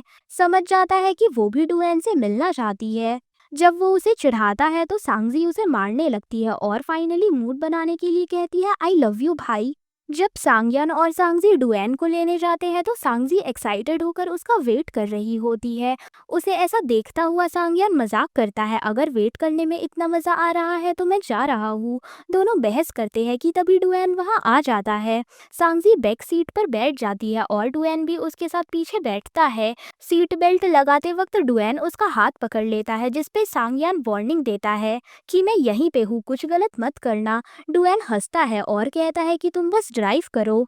रेस्टोरेंट पहुंचने पर उनके फ्रेंड सरप्राइज हो जाते हैं जब डुएन सांगजी का हाथ पकड़कर उसे मेरी गर्लफ्रेंड कहता है। तो एक दोस्त कहता है ग्रेजुएशन के टाइम तो तुमने इसे अपनी सिस्टर बनाया था। डुएन कन्फेस करता है तब मुझे इस पे क्रश था पर बताने से डर लगता था। सब हंसी मजाक करते हैं। फी बताता है कि उसकी वाइफ 3 मंथ्स प्रेग्नेंट है। सांग्यान प्रैक्टिकल टिप्स देता है जिसे सुन के सब हंसने लगते हैं। सांगजी पूछती है तुम्हें इतना सब कैसे पता। सांग्यान बचने के लिए टॉपिक बदल देता है। डिनर में सांगजी थोड़ा ज्यादा ड्रिंक करती है। सांग्यान मना करता है पर डुएन उसकी साइड लेता है। गुस्सा होकर सांग्यान उसकी मॉम को फेक कॉल करता है पर डुएन फोन लेकर कहता है कि सांगजी 10 बजे घर पहुंच जाएगी। बाद में डुएन उसे घर छोड़ने जाता है। कार में सांगजी पूछती है तुम्हें सच में अल्कोहल एलर्जी है। डुएन मुस्कुराता हुआ कहता है चलो टेस्ट करते हैं। वो उसे किस करता है और कहता है लगता है मेरी एलर्जी चली गई। दोनों एक दूसरे को प्यार से किस करते हैं और सांगजी खुशी से घर चली जाती है। घर पहुंचने पर मॉम उसे लेट आने का रीजन पूछती है। सांगजी झूठ बोलती है कि सांग्यान ड्रॉप करके गया था। थोड़ी देर बाद मॉम उसके रूम में आकर कहती है तुम डुएन को डेट कर रही हो। सांगजी चुप हो जाती है और फिर कहती है मुझे पहले बताना चाहिए था। मॉम कंसर्न दिखाती है और कहती है वो अच्छा लड़का है पर उसके डैड कोमा में है और विक्टिम फैमिली अब परेशान करती है। सांगजी कहती है अब ऐसा नहीं है। मॉम डाउट करती है कि शायद ये इन्फैचुएशन हो पर सांगजी कहती है ये मेरा ट्रू लव है। मॉम कहती है वो तुमसे काफी बड़ा है और बात वहीं खत्म कर देती है।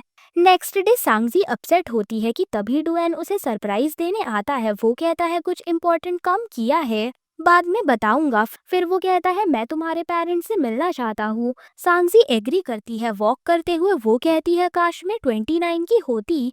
डुएन कहता है मुझे तुम जैसी छोटी लड़की ही पसंद है। बाद में डुएन सांगजी के डैड से मिलता है। डैड कहते हैं मुझे सरप्राइज हुआ तुम दोनों को देखकर। डुएन सब एक्सप्लेन करता है। डैड कहते हैं तुमने सांगजी का ख्याल रखा है पर हम उसके फ्यूचर के लिए कंसर्न है। डुएन उन्हें अश्योर करता है कि वो सब प्रॉब्लम सॉल्व करेगा। रात में डैड सांगजी को बचपन की कहानियां बताते हैं और समझाते हैं कि उनका कंसर्न सिर्फ उसकी खुशी के लिए है। फिर बताते हैं कि हमने डुएन से बात करी थी बेहतर होगा तुम ब्रेकअप कर लो। ये सुनकर सांगजी इमोशनल हो जाती है और कहती है वो मुझे कभी प्रॉब्लम फेस करने नहीं देगा। मॉम फिर भी इंसिस्ट करती है पर सांगजी रोकर अपने रूम में चली जाती है। डुएन भी परेशान होता है। उसे लगता है कि सांगजी के पेरेंट्स सही है। तभी सांगजी का कॉल आता है। वो कहती है मॉम डैड ने कुछ भी कहा हो दिल पे मत लेना। डुएन इमोशनल होकर कहता है उन्होंने कुछ गलत नहीं कहा। सांगजी कहती है तुम ग्रेट हो और मैं तुम्हारे साथ रहूंगी। डुएन कहता है कल मुझे अर्जेंट काम से जाना है। सांगजी चिंता करती है कि कहीं वो ब्रेकअप तो नहीं करेगा। नेक्स्ट मॉर्निंग वो अपने पेरेंट्स से कहती है मुझे डुएन से मिलना है और ईही पहुंच जाती है। डुएन उसे वेट करने को कहता है। स्टार्स देखते हुए सांगजी उस दिन को याद करती है जब वो नानवू आई थी। वो डिसाइड करती है कि इस बार नहीं रोएगी। डुएन आता है और सांगजी कन्फेस करती है उस दिन मेरा कोई ऑनलाइन पार्टनर नहीं था। मैं तुमसे मिलने आई थी। वो अपने पेपर स्टार्स देती है। उसने पहले में लिखा था मुझे डुएन पसंद है और दूसरे में लिखा था मैं बड़े होकर डुएन का कर्ज चुकाऊंगी। डुएन इमोशनल होकर रो पड़ता है। सांगजी कहती है अब किसी और की बात मत सुनना। मैं तुमसे सच में बहुत प्यार करती हूँ। सांगजी डुएन से पूछती है क्या तुम हमेशा मेरे साथ रह सकते हो। उसकी बात सुनकर डुएन खुद को रोक नहीं पाता और रोने लगता है। सांगजी पूछती है क्या हुआ तो डुएन मजाक में कहता है ये स्टार तो मुझसे दोबारा फोल्ड ही नहीं हो रहा। दोनों रोते हुए स्टार्स फोल्ड करते हैं जिसे डुएन अपने पास रख लेता है। फिर सांगजी के गालों को पकड़कर कहता है मैंने तुम्हें कितनी बार रुलाया और तुम फिर भी कहती हो क्राई बेबी नहीं हो। उसके बाद वो उसे गले लगाता है। डुएन पूछता है तुमने मुझे ये सब क्यों नहीं बताया। सांगजी कहती है तुम कुछ सोच रहे थे ना मुझे लगा। डुएन हंसते हुए कहता है अगर तुम्हारे पेरेंट्स नहीं माने तो भी मैं तुम्हें ले जाता और मैरिज सर्टिफिकेट बनवा लेता। फिर वो बताता है कि सोच रहा था ग्रेजुएशन के दौरान यहीं रहे या नानवू जाकर खुद को सेटल करे। ये सुनकर सांगजी समझ जाती है कि शायद उसने ज्यादा सोच लिया। डुएन कहता है टेंशन मत लो मैं तुम्हारे पेरेंट्स से बात करूंगा। तब तक बॉयफ्रेंड के साथ एंजॉय करो। रात में डुएन स्टार्स देखते हुए रियलाइज करता है कि सांगजी हमेशा उसके बारे में ही सोचती थी पर वो समझ नहीं पाया। सांगजी उठकर पूछती है क्या हुआ। डुएन कहता है मैंने तुम्हें बहुत बुरा ट्रीट किया है। सांगजी कहती है ऐसा नहीं है तुमने मुझे बहुत अच्छा ट्रीट किया है। फिर डुएन फाइनली उसे आई लव यू कहता है और सॉरी बोलता है कि वो ये सब पहले नहीं कह पाया। दोनों इमोशनल होके एक रोमांटिक मोमेंट शेयर करते हैं। नेक्स्ट डे सांगजी हॉस्टल में होती है और अपनी कंपटीशन थीम मिलने की बात करती है। दूसरी तरफ डुएन शियुन के साथ मीटिंग में रिजाइन करने की बात करता है। वो बताता है कि नानवू जाकर अपना बिजनेस स्टार्ट करना चाहता है ताकि सांगजी के पेरेंट्स के कंसर्न दूर हो जाए। शियुन सजेस्ट करती है कि हेडक्वार्टर के साथ टाई अप करके कंपनी खोले। डुएन एग्री करता है। तभी हॉस्पिटल से कॉल आता है। हॉस्पिटल में डॉक्टर बताते हैं कि उसके डैड की क्रिटिकल कंडीशन है। डुएन उनसे इमोशनल बातें करता है, याद दिलाता है कि उनकी डिसीजन ने फैमिली को कितना हर्ट किया, कैसे मॉम अपने कैंसर का ट्रीटमेंट नहीं करवा पाई। फिर भी डुएन उनका शुक्रिया करता है कि उनके वजह से वो रिस्पॉन्सिबल बना। थोड़ी देर बाद उनके डैड के हाथ हिलते हैं पर फिर वो गुजर जाते हैं। डुएन बहुत रोता है और उनका हाथ पकड़कर देर तक बैठता है। बाद में सांगजी उसके पास आती है। दोनों गले लगाकर रोते हैं। डुएन अपनी मॉम की ग्रेव पर जाता है और सांगजी को उनसे मिलवाता है। सांगजी उनसे कहती है कि वो डुएन का ख्याल रखेगी। ये सीन बहुत ज्यादा इमोशनल होता है। फिर दोनों खुशी के कुछ दिन बिताते हैं। डुएन बताता है कि 1 महीने में नानवू जा रहा है। सांगजी उदास हो जाती है पर डुएन कहता है ये सब हमारे फ्यूचर के लिए है। अगले दिन पैकिंग करते वक्त दोनों एक क्यूट मोमेंट शेयर करते हैं। एयरपोर्ट सीन में सांगजी उसे रोक नहीं पाती और बार बार हक करती है। डुएन कहता है मैं तुमसे मिलने आता रहूंगा। दोनों इमोशनल गुड बाय के साथ अलग हो जाते हैं। पहले का फ्लैशबैक दिखाया जाता है जहां सांगजी लॉन्ग डिस्टेंस रिलेशनशिप के रूल्स लिखकर डुएन को बताती है। डेली वीडियो कॉल करना, आर्ग्यूमेंट सॉल्व करना, एनिवर्सरीज याद रखना। डुएन पढ़कर कहता है तुम्हें मुझ पे भरोसा नहीं है क्या, और दोनों मुस्कुरा देते हैं। अगले सीन में सांगजी और यूशिन अपने कंपटीशन प्रोजेक्ट पे काम कर रही होती है। दोनों रात भर जगकर मेहनत करती है और बीच बीच में मस्ती मजाक भी चलती रहती है। दूसरी तरफ डुएन अपनी न्यू कंपनी के लिए लोकेशन देखने आया होता है। कई जगह देखने के बाद उसे एक परफेक्ट लोकेशन मिलती है जहां ऑफिस सेटअप और हायरिंग प्रोसेस स्टार्ट हो जाता है। कंपटीशन के दिन सांगजी और यूशिन अपना प्रोजेक्ट सबमिट करती है और खुश होती है। उधर सांगयान अपने बार में डुएन और फी के साथ बैठा होता है। तब डुएन बताता है कि वो सांगजी के पेरेंट्स से मिलना चाहता है। फी मजाक में कहता है कि लगता है शादी की बात होने वाली है। थोड़ी देर में सांगजी का कॉल आता है जिसे देखकर सब उसे टीज करने लगते हैं। डुएन कॉल कट कर देता है और सांगयान से कहता है कि जब पेरेंट्स फ्री हो तो उसे बताना। अगले सीन में डुएन फाइनली सांगजी के पेरेंट्स से मिलने जाता है। थोड़ा नर्वस होने के बावजूद भी वो उन्हें गिफ्ट्स देता है और सब साथ में डिनर करते हैं। सांगजी के डैड उसके बिजनेस के बारे में पूछते हैं जहां डुएन प्राउडली बताता है कि उसका सेटअप हेडक्वार्टर की हेल्प की वजह से चल पड़ा है। फिर वो हिम्मत करके कहता है कि मैंने आपके सारे कंसर्न पे काम किया है ताकि सांगजी कभी परेशान ना हो। अब मैंने अपने इश्यूज और सारे कर्जे सॉल्व कर लिए हैं। ये सब सुनकर सांगजी के पेरेंट्स काफी ज्यादा इमोशनल हो जाते हैं और कहते हैं कि हमें बस इतना चाहिए कि सांगजी हमेशा खुश रहे। ये सुनकर डुएन का चेहरा खुशी से चमक उठता है। घर से निकलते वक्त सांगयान उसे टीज करता है कि अब समझ जाओ मेरी बहन के साथ रहना कितना मुश्किल होने वाला है। रात में डुएन सांगजी को कॉल करता है और बताता है कि उनके पेरेंट्स उनके रिलेशनशिप के लिए मान गए हैं। सांगजी खुशी से झूम उठती है। फिर वो बताती है कि उसने डिजाइन कंपटीशन जीत लिया है पर डुएन मीटिंग के कारण नहीं आ पाएगा। सांगजी कहती है कोई बात नहीं, अगला प्राइज तुम्हारे साथ जीतूंगी। इवेंट के दिन सांगजी और यूशिन वेट कर रही होती है। तब अचानक डुएन वहां आता है। सूट में वो काफी ज्यादा हैंडसम लग रहा होता है। उसका कहना था कि तुमने सबको बताया नहीं कि मैं तुम्हारा बॉयफ्रेंड हूँ, और सांगजी सरप्राइज हो जाती है। डुएन बताता है कि वो शियुंग की जगह सरप्राइज देने आया है जैसे सांगजी ने अपनी रिलेशनशिप गाइड में लिखा था। स्टेज पर जब सांगजी का प्रोजेक्ट प्ले होता है उसमें उन दोनों के ओल्ड मोमेंट्स दिखते हैं। डुएन ये देखकर काफी ज्यादा इमोशनल हो जाता है और सांगजी को अवार्ड देता है। टाइम स्किप होता है। सांगजी की ग्रेजुएशन कंप्लीट हो चुकी है। सब बीच पर पार्टी कर रहे होते हैं। तब डुएन फ्लावर्स लेकर आता है और सांगजी को प्रपोज करता है और कहता है क्या तुम मुझसे शादी करोगी। सांगजी इमोशनल होकर हाँ कहती है। बाद में दोनों समुद्र के किनारे वॉक कर रहे होते हैं जहां डुएन कन्फेस करता है मैं तुमसे पहले से तुम्हें पसंद करता था। सांगजी खुश होकर उसे गले लगा लेती है। कुछ दिन बाद सांगजी डुएन के लिए फ्रूट्स लाती है। वो उसे स्टार जार दिखाकर पूछता है कि इस बार किस विश का स्टार डाला है। सांगजी मुस्कुराती है और स्टार खोलती है और उसे किस करती है। और इसी के साथ हमारा ये प्यारा सा ड्रामा यहीं पर खत्म होता है।